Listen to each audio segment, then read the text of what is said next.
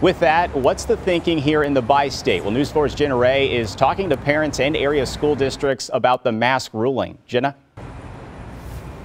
Corey, right now, those recommendations are for everyday people. Happening right now when you're out at a restaurant or somewhere indoors, unvaccinated people are still being asked to put one of those face coverings on. And now state school boards and local districts here in our area are left up with a tough decision to make. It's going to keep the students safe. It's going to prevent community outbreak. It's going to keep the teachers safe. That's Andrea Stafford's initial reaction to the CDC's newest move. She has students in the Triad School District in Troy, Illinois. With the new Delta variant that has come out, the cases are increasing in our county and in other counties again.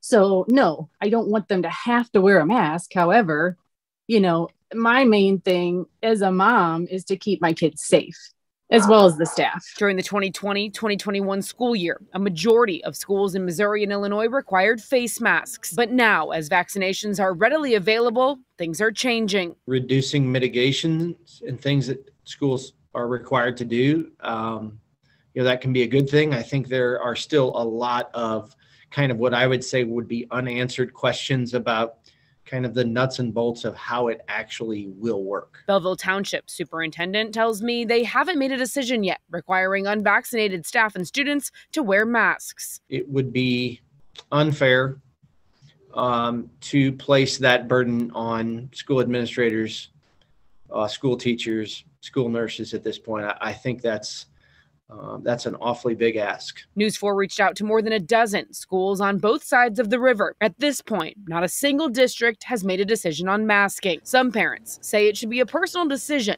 not the schools. We all know what COVID is. We all know what we're dealing with. So let's leave it up to the parents.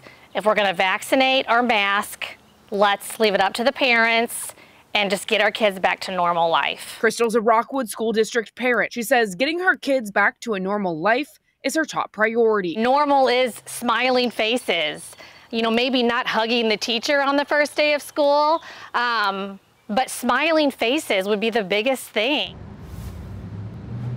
Right now, local school districts are trying to figure out how they're going to keep documentation, or rather keep track of who is and who is not vaccinated. Now, what about the state school boards? We asked them how they're going to document that and keep track of that as well. I'll have that for you coming up tonight on News 4 at 6, live tonight in downtown. Jenna Ray, News 4. Jenna will